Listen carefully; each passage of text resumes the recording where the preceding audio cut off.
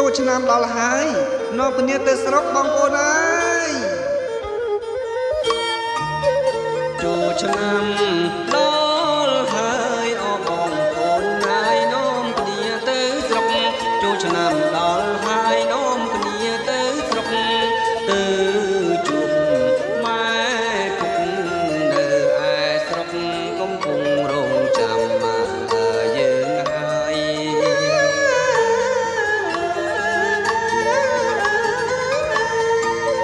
រួចហើយនាំគ្នា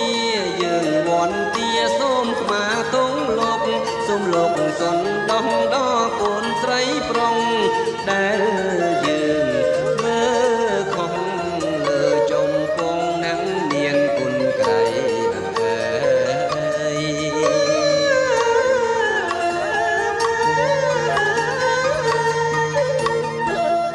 បើអញ្ចឹងយើងត្រឡប់ទៅស្រុកហើយ